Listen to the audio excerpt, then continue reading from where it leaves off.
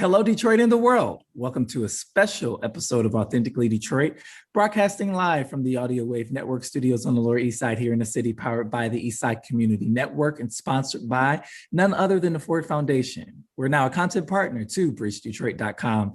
I'm Orlando Bailey. I'm Donna Gibbons-Davidson. Thank you so much for listening in and supporting our efforts to build a platform of authentic voices for real people on the east side of Detroit.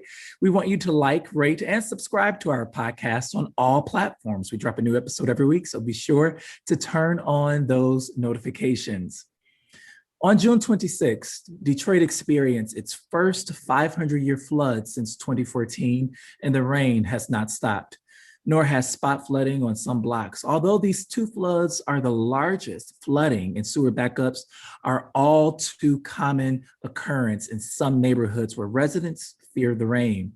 This flooding has been attributed to higher intensity rainfall, aging and damaged infrastructure, failures at pumping stations, including electrical outages and low manpower, and topographical features, including floodplains, creeks, and impervious surfaces. As experts debate the cause and remedies, the consequences to tens of thousands of residents across Detroit are clear. Standing water in basements, leaving behind a residue of mold and other contaminants, loss of personal property, broken appliances, respiratory health impacts, trauma, fear, anger, and hopelessness.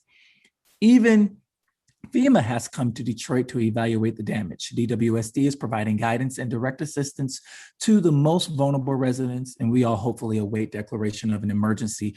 Nonprofit organizations on the Lower East Side, like East Side Community Network, Genesis Hope CDC, MAC Development, are all working to fill in the gaps and provide more immediate support to members of our community.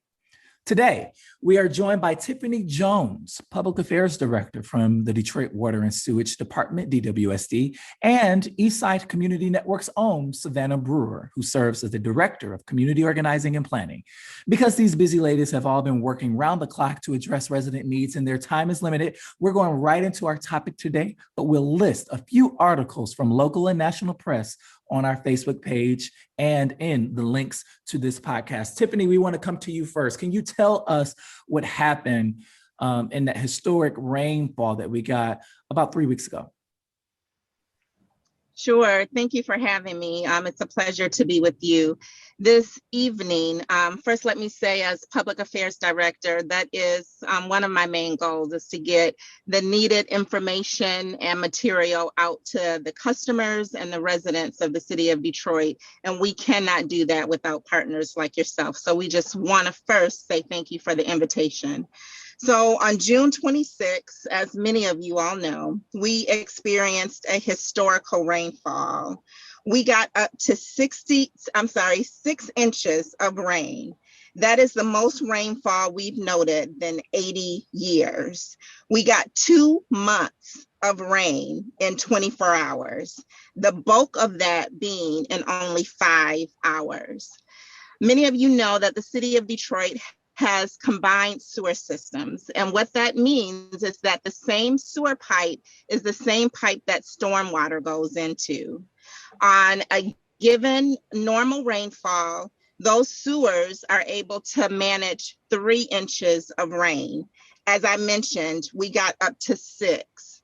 So there was no way for the system to accommodate that. And the water had to go somewhere. So unfortunately, it went to the streets and in basements. So that's where we were on June 26th with the rainfall, the historic rainfall in the city of Detroit. DWSD, we opened up our call center that Saturday and worked all throughout the weekend. Our call number, which is still 313-267-8000, we wanted people to report basement floodings. And I tell you now, as of today, if you still have standing water in your basement, please call us. It is very important that you call and notify us that you still have water, standing water in your basement.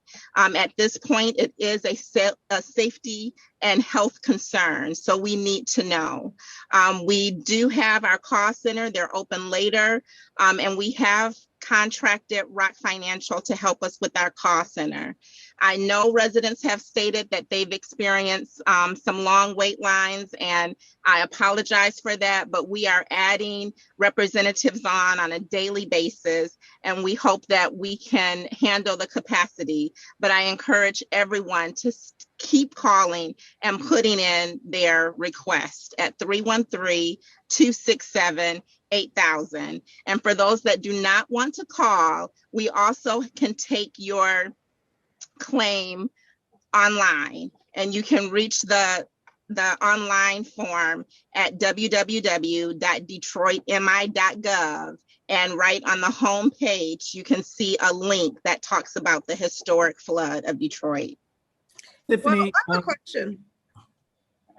Orlando and I may have the same question, but I'm going to ask it. Tiffany, can you explain to us what happens when people call?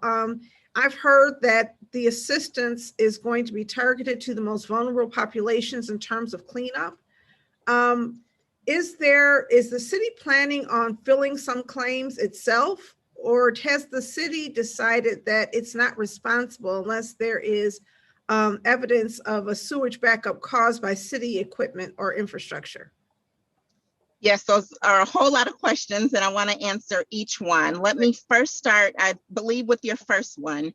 When customers call or if they go online, they will have a series of questions. Those questions are basic information, name, phone number, address. They will also be asked if they are a senior citizen, if they are disabled, and if they have tax exemption.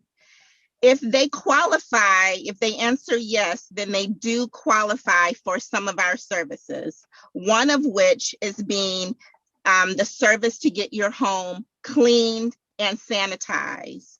In order to qualify for that service, you have to be HP TAP approved, and that's tax exemption, your property tax exemption. You have to already be approved for that service. You have to be a senior citizen or disabled or have children 10 or under in the household.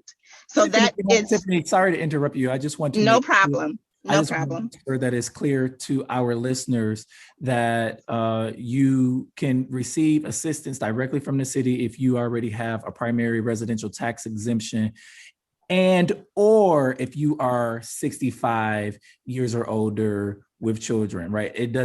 You don't have to be 65 or older with a tax exemption, right? The first requirement is the tax exemption. If you have that, then you have to either be a senior citizen, disabled, or have children in the home under the age of 10. So that you can be qualified based on tax exemption and not qualify based on your age or physical ability. That is correct. That is correct. At this point, they made the requirements based on the resources that we currently have. So as you all know, things change on a daily basis. This was just announced by the mayor on Thursday. So things can change, but at this point, those are the requirements. And now, so if you don't get the assistance you can get is cleanup of your home and removal of items, or is there additional assistance? So correct. So if you don't meet that qualification, but you are still a senior citizen or disabled, you can ask for assistance if you need help removing the debris from your home. And you can also call the number and request assistance. We are working with city departments and the Department of Neighborhoods to assist with that effort. Tiffany, I know we only have you for a few minutes, and Savannah, we promised to get to you, but while we have Tiffany, can you talk a little bit about if there is any recourse or help for landlords? Because I think oftentimes there's an assumption that landlords have a whole lot of capital, but we have a lot of mom and pop landlords who are probably also devastated by this recent event. Is the city doing anything to help them, or what is the city requiring of landlords in this moment? Yes, good point. At this point, landlords are required to clean their tenant's home and make it safe and clean. And at this point, there is no additional assistance for the landlords at this time. And if they do not comply by Tuesday, July 20th, BC will be ticketing the landlords $250 per day. Say that one more time for our listeners. I have a question about that though. I mean, I think it's good that people are going to be protected, and certainly to the extent landlords have the resources. Right now, we have an eviction moratorium, which has recently expired. Is that true? It's going to. It's going to expire. It's going to at the end of July, the CDC moratorium. So you have people who own homes who have not been collecting rent and who are expected to do things. And if they own a couple of properties and they themselves are income limited, like a lot of landlords in Detroit are, we have more mom and pop landlords than any place in the nation, really. Most of the landlords in Detroit are not big companies, but individuals. And so without sounding too friendly or concerned about landlords, some of which are slumlords, but some of them are really hardworking people who are trying to figure all of this out through a pandemic. Is there any concern that we may lose actual rental housing, that people may just walk away and say, you know what, being a landlord is too expensive. I'm not making any money off of this. And do we think, have we considered the long-term impacts of policies that are like that? That is a great question. And I'm sure that they have thought about that concern. But in the terms of just making priorities, that is one group that they have not provided assistance to at this time. Yeah, I think it would be good to have a fund and to consider the city having a fund to make sure that there's an incentive for landlords, because you have a stick, but I don't see any carrots around here. And it seems like we may want to create some type of incentive and or support for landlords who express that they are in a financial emergency, if the goal is protecting the housing itself. And that absolutely. Landlord, yeah. Tiffany, can you reiterate that deadline for cleanup for landlords all throughout the city? Sure. Okay. Yep. Landlords are required, and I'm taking this directly from our website. Landlords are required to remove debris to the curb, clean and sanitize the flood damaged area, to make sure that the hot water heater and the furnace is working. Starting July 20th, which is a Tuesday, inspections will begin, and ticketing with $250 per day fine to the landlords who do not respond.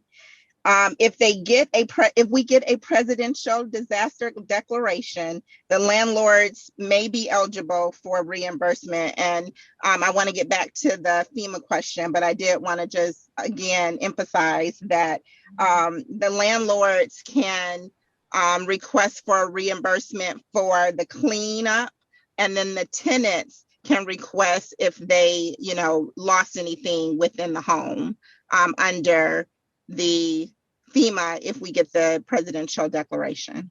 Will that include like water heaters or washers and dryers, or will that be considered a landlord responsibility and the tenants will receive help for their personal possessions? That I'm not positive on, so I don't want to speak out of turn. I'm not sure if it's part of the property, then I would assume that it would fall under the landlord, and any personal items that would fall under the tenant. But again, I am not, I'm not for sure on those topics under landlord and tenant issues. Yeah, I appreciate your candor there. Can you walk our listeners through the process that FEMA is undergoing right now? Yes, I did want to answer that. So as you know, as you mentioned in your opening, FEMA was on site. They are doing research and taking back all the needed data. We have not heard anything about the declaration, but we're still hopeful. We are taking DWSD claims when FEMA, if and when they declare. We are hoping that they would use our information, but it is not clear. So residents may very well have to fill out a separate FEMA form for reimbursement. Under DWSD claims, as you mentioned before, it is very, there's a series of things that the resident has to prove in order to get approved a claim on DWSD. So at the city council meeting this morning, our general counsel did want to set expectations because of the historical rain event. Our system did not have a defect. It worked as it should. It was just over capacity. So there is a high chance that DWSD claims more than likely will be denied. However, every claim will be investigated. So I encourage everyone to submit a claim. So currently we have about 23,000 claims. So it is a process. And I also want to reiterate that too. It is a process because every claim will be investigated and reviewed. And then it is at that point that they will alter a decision, whether that claim is denied or approved. However, that has nothing to do with FEMA. So we encourage you that if and when we do get declared, that residents also file with FEMA. Tiffany, can you talk, I guess, a little bit about the relationship that the water department has with the Great Lakes Water Authority? I know citizens in the city of Detroit pay a lot of money for GLEWA to manage this water system and infrastructure. Did anything go wrong there? Is there an investigation? What's happening? Is there any reason for us to look into GLEWA and some possible glitches and failures on their part? Well, those are the reports. I'm not from GLEWA and I don't want to speculate, but I do know that the mayor and Director Gary Brown has called for an investigation. So when those results come in, I'm sure, the public will be happy to know. So I definitely don't want to speak out of turn on GLEWA. But in 2016, DWSD bifurcated. And what that means is that we split. So the city of Detroit took over all the customers of the city of Detroit, and we are responsible for the distribution of water. So we provide clean water to the customers and take away the dirty water. GLEWA, the Great Lakes Water Authority, they lease those assets from us. So that's how we get the $40 million a year. They lease those assets from us, but they are responsible for operating those systems. So anything about pump related, that would definitely fall under the GLEWA realm. Okay. So can I ask a question? In 2014, that's when the systems bifurcated. Did the systems bifurcate before or after July of 2014? Well, in 2014, it wasn't. GLEWA came about in 2016, I believe. So the 2014 flood, they were non-existent. Right, okay. I thought that GLEWA was established then, but okay. All right, I thought that happened during the bankruptcy and emergency management, that there was a decision to create GLEWA. Is it that GLEWA was created and operational until 2016? I would have to verify that. I know that, in our history, we say it bifurcated in 2016, but you're absolutely right. Some kind of formation or some kind of, prior work had to be done. So you probably have those dates. That was before my time at DWSD. Okay, so let's talk about 2016 for a minute. Was it before or after the sewer backups in 2016? When the pumps were said to have 2016? Yep, I believe it was after. Okay, so this is the first rain event that GLEWA has been responsible for, the pumps and the pumping station. And in prior No, events, that no, was I still believe with 2016. I believe 2016 we were bifurcated by then. By that rain event, I believe we were bifurcated. Yeah. Because as I recall, that rain event, we also had pumping station issues, very specifically pumping station issues at the Connor Creek pumping station. And at the time, you know, we were told that there were rumors out there that there were not proper personnel in place, and then, you know, that they had to fix some of the pumps because the pumps had broken down. And so I think there's a frustration for many Detroiters that this issue is still continuing. And we heard that Sue McCormick actually was quoted saying things like, she had no belief that if the pumps were working, the flooding would not have happened, that she did not know that the pumps contributed to the failure of the pumps contributed to the flooding in the community. So then the question is, do we need different infrastructure? If the pumps don't help, what will? Because I get it. We had a 500-year rain, the second time in 7 years, but we've known that these rains are going to come. This is not the last one. We can predict that in the next 7 years, we'll have at least one more, unless, you know, climate change somehow stops. So I guess the question for many of us is, you know, at what point do we get prepared and stop making excuses and saying it's an act of God, which is, I believe, what Gleewa is now saying. At what point do we say either our old infrastructure is insufficient and therefore we need new infrastructure, or, you know? Yep, I totally agree with those concerns. And I know our director, Gary Brown, and Deputy Director Palencia Mobley have mentioned that we do have old infrastructure. We have some sewer systems that are 80, 90 years old. So there is no doubt that the infrastructure needs to be upgraded. Just last week or this week, the weeks seem to run together. The water department and the city of Detroit met with EPA Administrator Michael Regan, and it was for that very issue, to see if we can get funding and some, help in upgrading that infrastructure. So I know it's on the top of minds from my executive team, but it is a process, and I know, we need to start doing and stop, talking about it, but actually doing something about it. And I think the visit with the EPA will be that first step in helping us achieve some of the goals that we have. So then is this included in the infrastructure bill, the infrastructure priorities? Are we planning to completely overhaul these things, or are there other competing infrastructure priorities that will take some of the focus away from water? That I do not know. I don't know the answer, and I do not want to be quoted on that.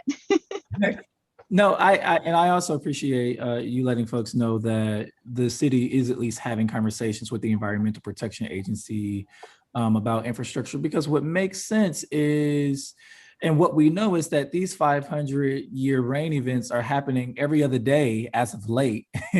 And that this is going to continue. And it makes sense to spend money on infrastructure rather than trying to spending so much money on recovery and trying to request federal assistance every time something like this happens. It just makes better financial sense, right? Absolutely. All right, Tiffany Jones, Public Affairs at the Detroit Water and Sewage Department. We know you got to go. We thank you so much for joining us.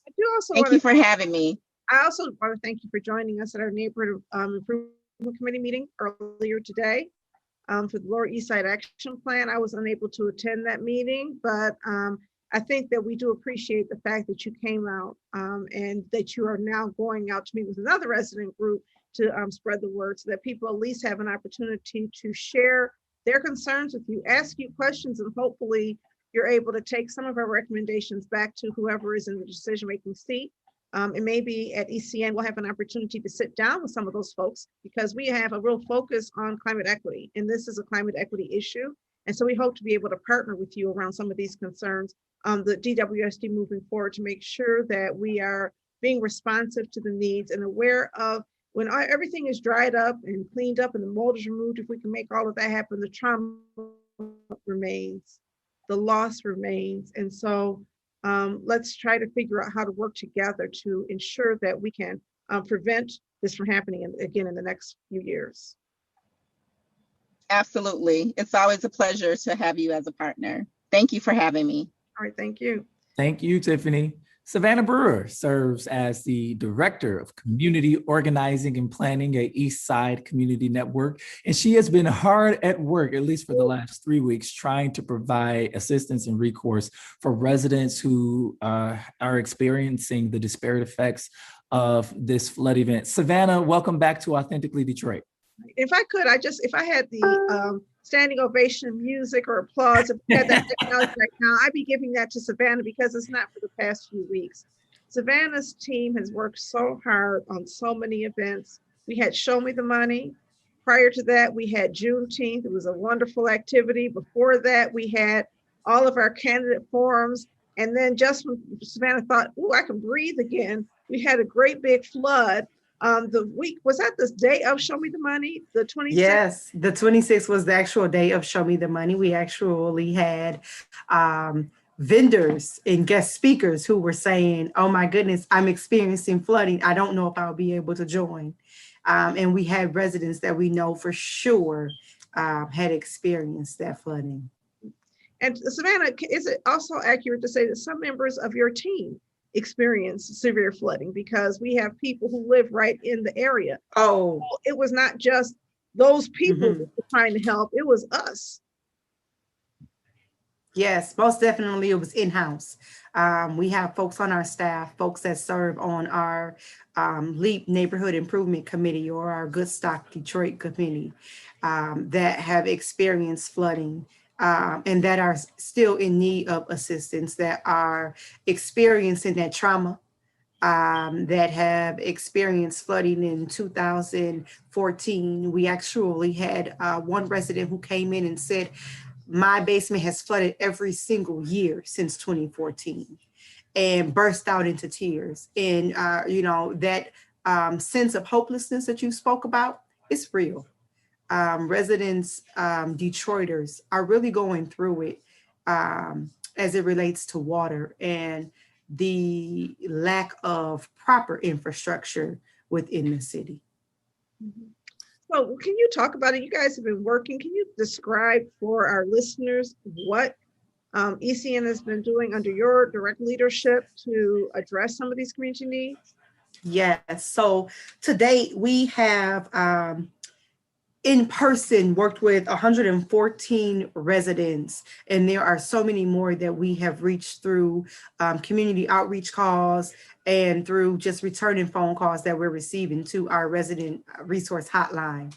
We are working 5 days a week to assist residents with completing the DWSD damage claim form, as well as the state emergency relief form, which is a once in a lifetime up to $1,500 benefit, but it is optional and available for residents if they choose. Our services are, go ahead. For residents or residents within a certain income band?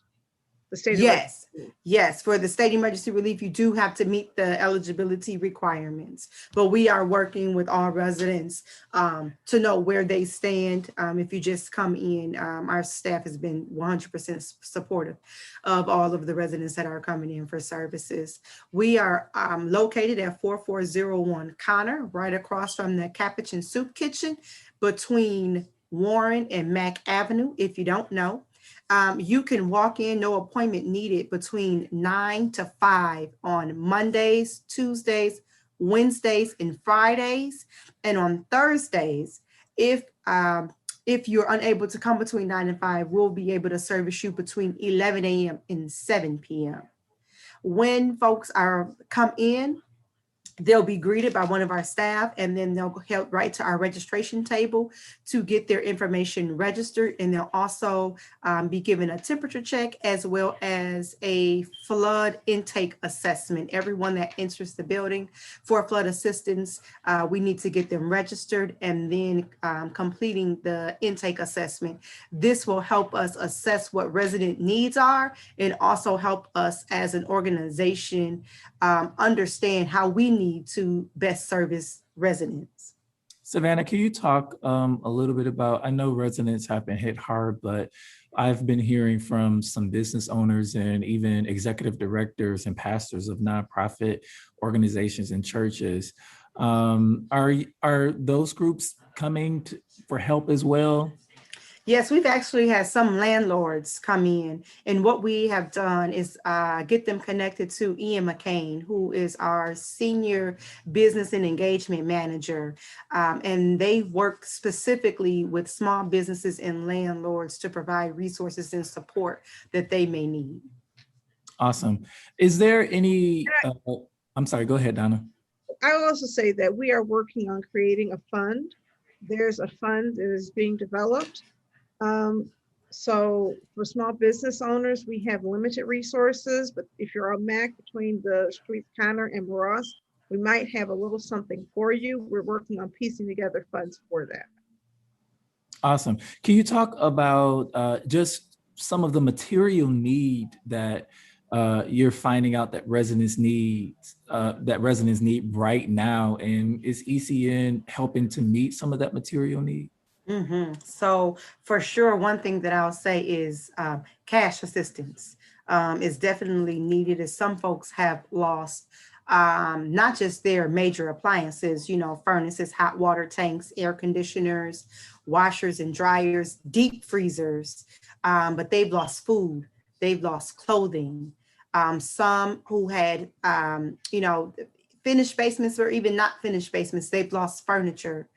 So there's definitely a need. If anyone can donate or volunteer, we are definitely seeking donations and volunteering of whatever you can do. Please, you can call our ECN hotline at 313-364-9423. Again, it's 313-364-9423. We are in need of volunteers just as much as residents are in need of support and the donations. So if I could, I just want to read a few survey results, because I think that one of the things we did was we administered a survey to really find out who actually was here. And so 36% of those people who came had incomes of less than $15,000, and 35% between 15 and 30. Yes. 16% between 50 and 75, and none had made more than $75,000 a year. 89% live in single family homes. And of the residents who came here, 73% have lived in their homes for more than 10 years. So we're talking about long-standing residents. 68% own their homes outright. They have water, their water and utilities are working. When we talk about the issues, I don't know if the city looks at cardiovascular issues, diabetes and high blood pressure as a disability, but 78%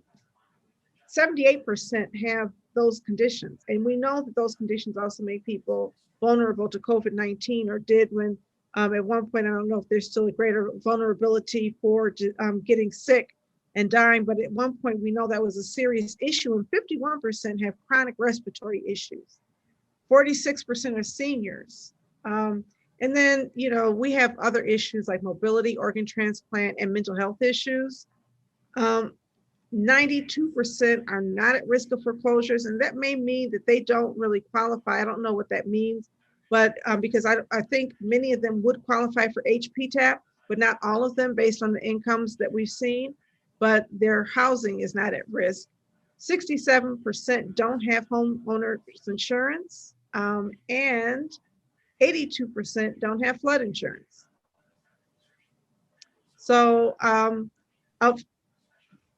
just key in on this point too. I think the missing flood insurance is symptomatic of something that people all over the city are experiencing, right? Especially if you don't live directly on the floodplain and in neighborhoods where flooding that had never flooded.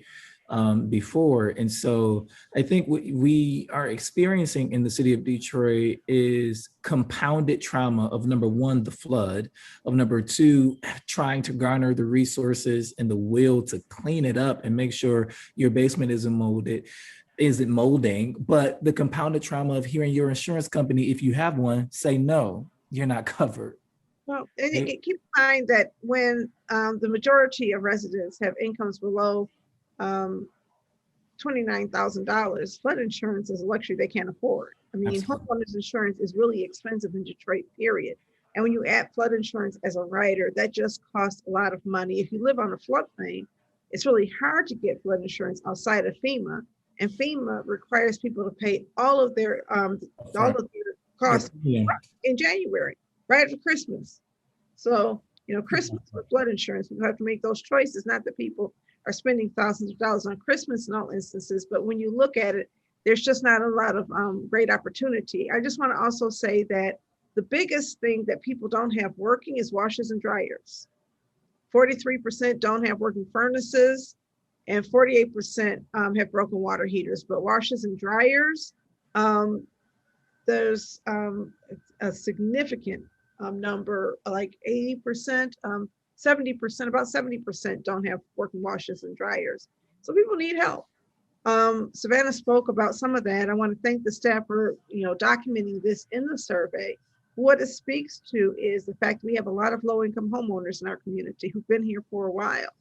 And I think they have every right to stay here. And I just want to once again say, because I just feel like saying it again, that's especially egregious that you have city council people like Scott Benson saying maybe people should not be in their homes and maybe the city should not assume financial responsibility when we're talking about long-standing people who've invested in their communities. And if they're not at risk of foreclosure, that means that they're doing the right thing. They're paying their taxes, they're taking care of their homes, they have utilities, and yet their homes are flooding.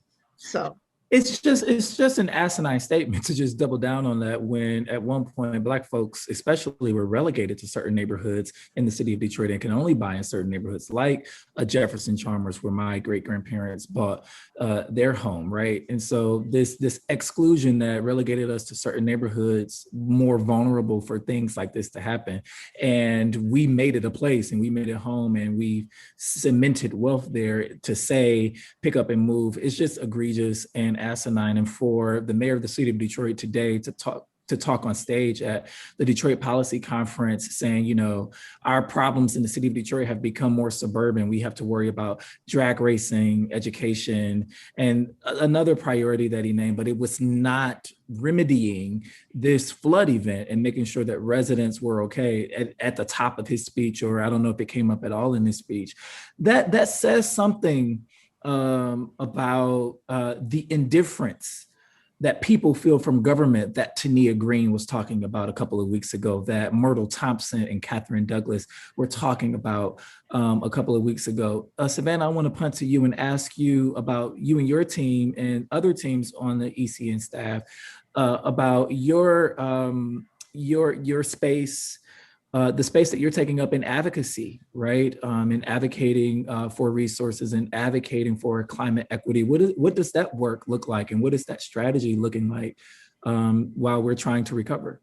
Mm-hmm. It's very busy and interesting and heavy as well. So Donna mentioned earlier that DWSD and Tiffany Jones attended our LEAP Neighborhood Improvement Committee meeting today, which she's a actual committee member. She's there pretty much every month. Today really showcased that advocacy and not just our staff, but residents who serve on these committees as well, were able to get on and ask questions that staff maybe hadn't even considered or, thought about, and really just advocating, right? DWSD, they have the damage claim form, but we have seen 3 different forms now, and a new one just rolled out, right? So there's questions contributed to that. What happens to folks that have already completed those forms, and then now there's a new form? What do they need to do? We learned today that some folks, once they submit that online claim, then DWSD will mail through postal mail a letter to them, and that form needs to be filled out. And so the advocacy looks like really having these conversations, and number one, being aware of what our residents need, not just our residents within our target area, but ECN has been servicing residents from the entire East Side, as we normally do, and especially in a time of crisis, but really asking those hard questions, right? And Tiffany was very clear and transparent if she did not have an answer and what she could do and what she could not do, but really opening that space. We have discussed hosting community conversations and listening sessions where residents can come down and really just talk to our community organizing and planning department, as well as our climate equity. We're also launching the Stoudemire Wellness Hub, and Daryl Earl and Ricky Ackerman both have an invested interest in this work as well. And so really, number one, just knowing what our residents need, hearing from our residents. ECN is a resident-driven organization, and we mean that to the core. And so understanding what those needs are, understanding and having that compassion with our residents, and then being able to go to the table with policymakers and local government and saying, okay, here's what the issues are, and what are you going to do about it? But then also being able to have recommendations that we can take to them, which I know that we have created in all of our neighborhood planning framework before, but really saying, this is not a game, right? These are folks' livelihoods, and really just understanding that the flooding event impacts quality of life in such a great magnitude. I mean, there's something to be said about ECN and other members of the LEAP Coalition being thought leaders when it comes to, number one, sustainability, but number two, land use in the city of Detroit, dating back to 2009 and its work with the University of Michigan on green-blue infrastructure and talking about this stuff before it became sexy to talk about from the 2014 flood. ECN has been a mainstay in this discourse, and it is encouraging to hear that you all are still on the front lines of not only advocacy, but getting the resources to implement some of these recommendations that residents have been coming up with for now over a decade. So a couple other things. One is that the Stoudemire Wellness Hub is named after our friend Marlo Stoudemire, is a resiliency center as well. And so we understand that this year we're expecting really high temperatures. Today was really humid to me and it felt warm and sticky. I didn't like being outside. And I was just reading that on days like that, even when the temperature is not extremely high, when humidity reaches a certain level, it can be very, very dangerous to people's health. I'm super excited that we got our first ban today. Yay. So we're going to be able to pick people up if people don't have access, because how can you really serve the community when you don't have the ability to bring them here?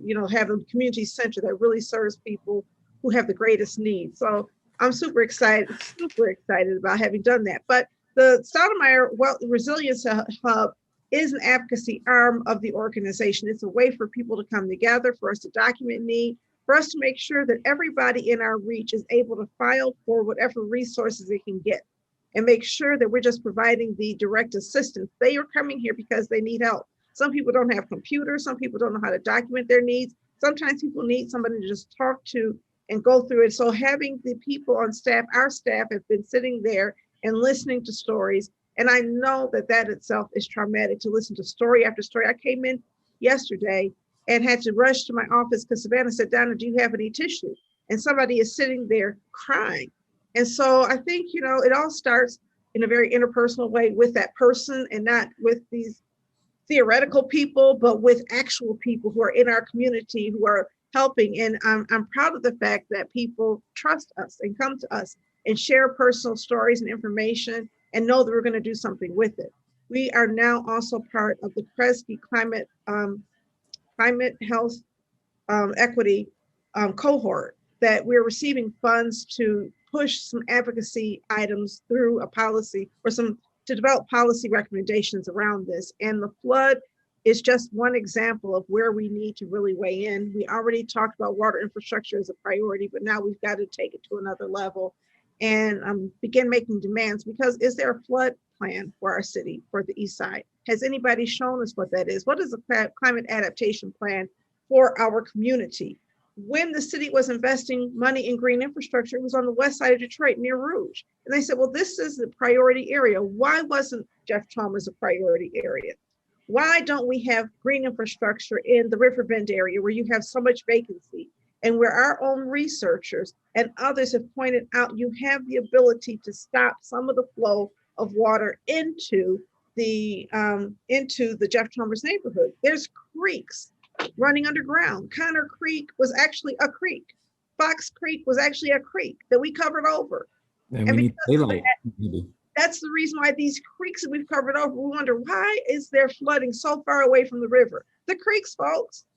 There's all kinds of stuff that we need to really address. And I think, so I think that for us, advocacy also has to be about the policy, looking at best practice solutions, bringing in flood experts and having them inform us so that we know more about it. Who are the experts right now who can tell us how to transform our landscape to be flood proof? Right now, we have the Northeast Interceptor or something like that, bringing in stormwater and sewage, combined stormwater and sewage to the Connor Creek pumping station, which keeps failing. So on top of our local stormwater issues that we have to deal with, we've got to deal with suburban stormwater issues coming in through a pipe that goes to the Connor Creek station. And now they're talking about building yet another interceptor to bring water through here. So why aren't suburban communities treating their stormwater and sewage in the suburban communities? And why are Detroiters paying 83% of the cost for this? There's a lot of justice issues here. And yes, we know that there's other suburbs that experience flooding, but there's a lot of research and documentation will show it hits Black communities and brown communities hardest. So if the director of the City of Detroit's Sustainability Office, Joe Harani Harris, who we've had on before, can come on and speak to some of these issues. I appeared on the WDET show Detroit Today, and Joe Harani Harris called in and began to explain some of the studies and things that they are trying to implement to get at what some of Donna was saying. Joe, our friend, we would love to have you back on. He said he would have loved to come, but he is knee deep in trying to get some grant proposals, trying to get some things funded.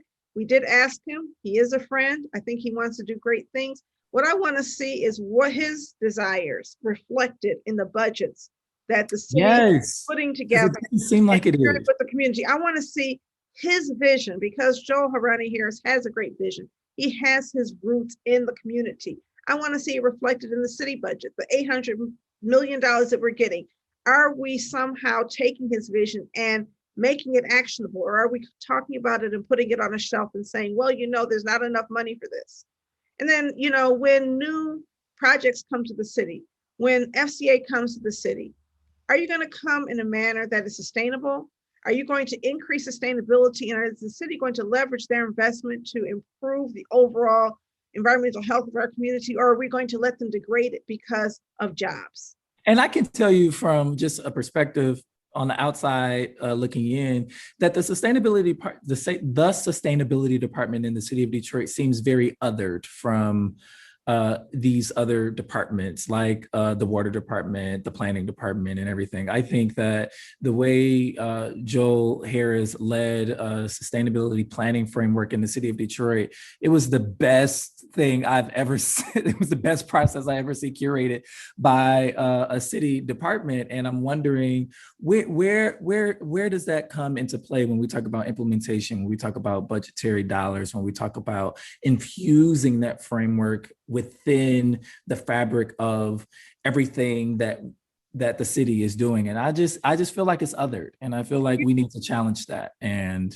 yes, on proposal P, there will be an Office of Sustainability and Environmental Justice, and hopefully the office will be taxpayer funded as opposed to grant funded, and there will be people working there, and we'll be able to have people in place and make that a priority of the city. Now, I know the mayor and others believe that by investing in things like that will bankrupt the city. But there's others who might say that continuous floods will bankrupt the city eventually because people will leave. We had somebody on here last week who said, this is why I don't want to live back on the east side because of this continuous flooding. And so, I think that when you start balancing things out, we have to figure out how to empower the Office of Climate or Sustainability and Environmental Justice to do the work of preparing us for climate change. Savannah, in addition to advocacy, though, we're doing other things. You guys are working, and there's some things we have done and some things we will done. Do you want to talk about the other ways that we are assisting residents through this process? Yes, thank you. Yeah, we are also assembling, I couldn't get my words out, assembling flood kits. The kits include, number one, a flood and air quality booklet on how to properly sanitize and disinfect your home after a flood. Also included in this kit is a mop in a pail, hand sanitizer, 4 pair of gloves, 4 pair of plastic gloves, KN95 mask, germicidal bleach or non-bleach disinfectant for those who need that. And then we're also assisting folks who cannot do the cleaning themselves with a team. We have partnered and contracted with the Bailey Park Neighborhood Development Corporation and their Clean and Green team to assist residents who cannot do that cleaning themselves, whether it is moving debris from their basements and getting it out to the curb, as well as appliances, getting those out to the curb, and cleaning, so mopping, sweeping, washing walls down, and just really sanitizing and disinfecting. Those appointments started today. So it is an either or. Residents can either request a flood kit to do the cleaning themselves, or if they need assistance, then they can definitely let us know and we'll get them scheduled with an appointment for the cleaning team. I just want to point out, we're looking for more cleaning teams. So if you are interested in doing the cleaning, call Savannah because we want to do that, get as many people as possible engaged in cleaning. We are using a grant from the Kresge Foundation to provide those types of supports. And so we do have some resources to support paying people doing this work. Yes, definitely. You can call our hotline at 313-364-9423. And for the cleaning teams, you can call the hotline or email sbrewer, BREWER, at E as in Eastside, C as in community, N as in network, -detroit.org. We're also looking, Donna, for electricians and plumbers. So if you have that skilled trade experience, let us know. We need you. This is your time to answer the call to action. And so we are definitely in need. If you don't have any of those skills, that's okay. You can still come down to our walk-in resource center, and you can assist us with conducting phone calls to community members, assembling the flood kits, monitoring the ECN resident hotline, or assisting in our tech hub. Or you can just be a supportive person in asking residents as they come in, how are you doing today? Are you okay? Do you need a bottled water or a sandwich? How can we help you? And just beginning to understand those resident stories, because everyone has a story to tell. And most definitely with this flood, there is trauma that is there. There is that sense of hopelessness that we talked about. And there is some fear as well. And so already in a pandemic, already social isolation was real. And, as we have our Juneteenth event that you spoke about earlier, as we focused on air quality, folks have mold in their basements right now. And what is that doing for the air quality? You gave the stats earlier, Donna, for our respiratory issues, right? This is real. And so if you all can lend a hand, whether you come down and volunteer for 1 hour or 30 minutes, whatever you can contribute to the community, we will definitely receive you. Mm-hmm. Thank you. And I think we also have some funds we're going to be administering to for appliances.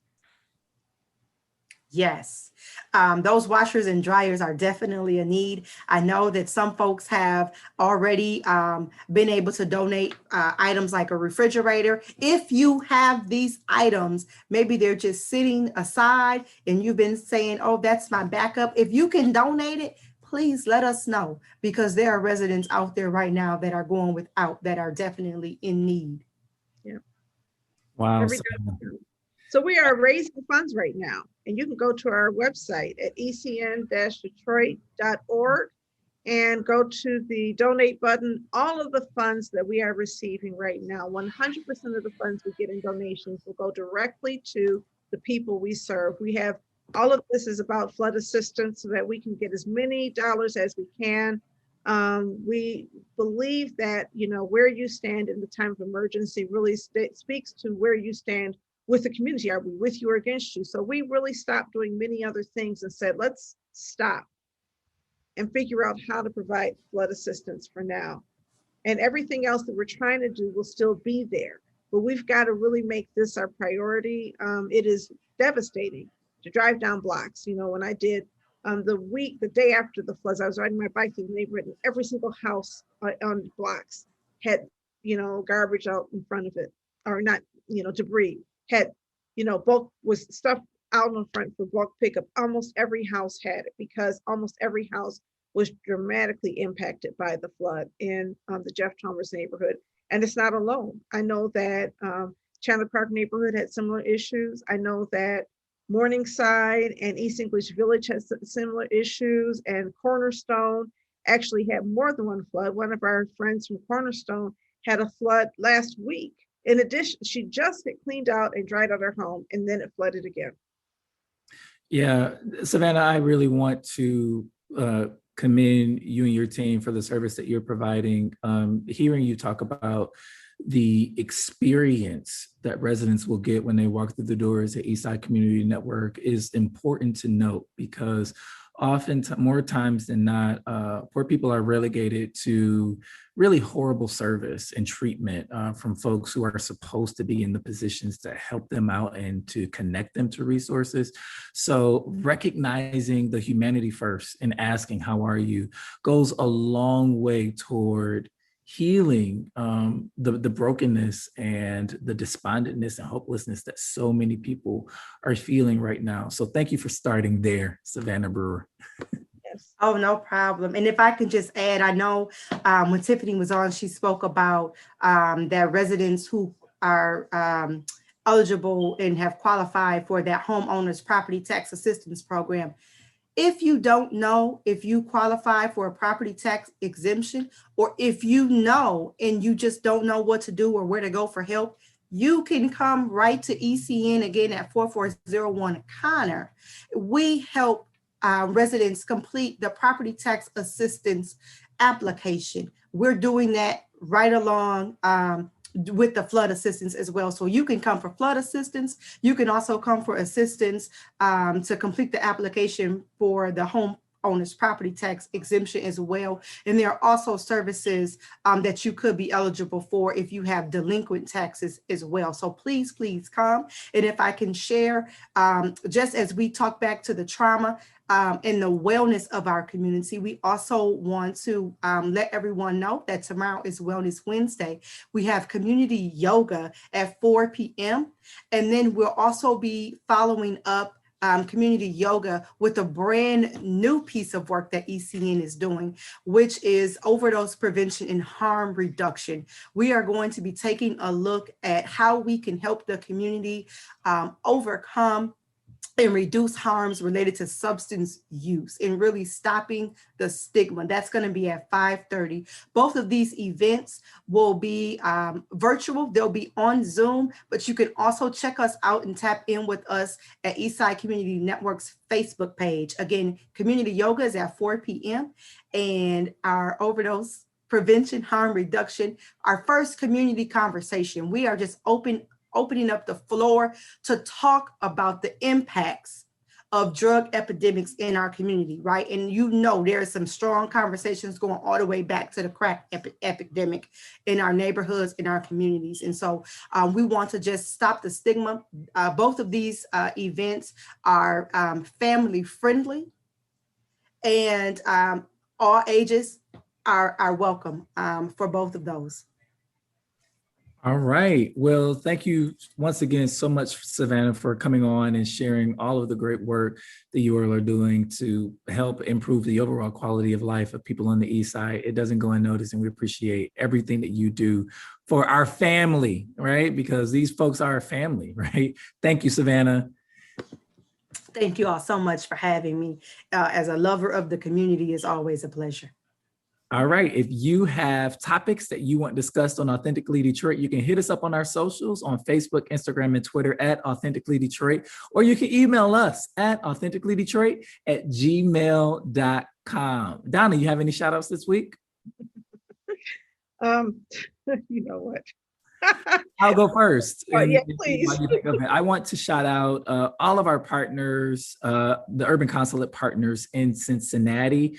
Over the weekend, I had the opportunity to walk the streets of Cincinnati and learn about Black places and spaces there, and curate a talk and participate in a talk last night at the 5 Points Alley that is managed by a Black brother and sister duo team who started an organization, Cincy Nice, that wants to tell amazing stories and narrative from the Black perspective in Cincinnati, while so many Black places and spaces are being encroached upon with the hands of gentrification and development. So it was a really palpable moment in talk. And I want to shout out Cincy Nice, all of the folks who were on that panel with me, Destiny Thomas and Catherine and Free and Lauren Hood and Chase Cantrell. So shout out to our partners and friends in Cincy, Naima Bilal as well. Donna, shout out.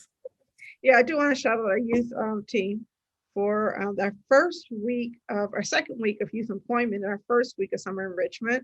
And I want to shout out our some of our partners. And I don't remember all of who they are. I know that it's Eden Gardens and oh my goodness, I can't think of all the partners that we have this summer. Hold on for 1 minute and I'll tell you who they are, for launching a really novel program. We're all working together, serving young people between the ages of 5 and 18 in various programs. And I think we're doing a great job with it. It's hard work because it's through the city of Detroit, Detroit Public Schools Community District. And you know, it's their first time funding organizations to work with Detroit Public School kids outside of the school district. So it's a work in progress. They're still trying to figure out how they're going to pay us, and we're just excited about the work. But we are working with Sustainable Community Farms, and the Mindful Youth Gardens, Manistee Treehouse, Full and Fabulous Detroit, Eden Garden Block Club, and the Bailey Park Neighborhood Development Corporation, in providing program and services to young people in our community. So it's, for some young people, it's the first time they've been in a congregate setting since the pandemic began. For others, they're just getting back out there after they have been, locked back up for a couple of months after the pandemic got a lot worse, but they are coming, and I'm so proud of our staff, led by Tanya Aho, in the work that they're doing with the young people. Yeah, and shout out to some of the ECN youth who are on the Youth Advisory Council, curating a podcast that I was able to go and speak to our experience about Authentically Detroit last week, with Tanya leading that group along with their partners at the Community Development Advocates of Detroit.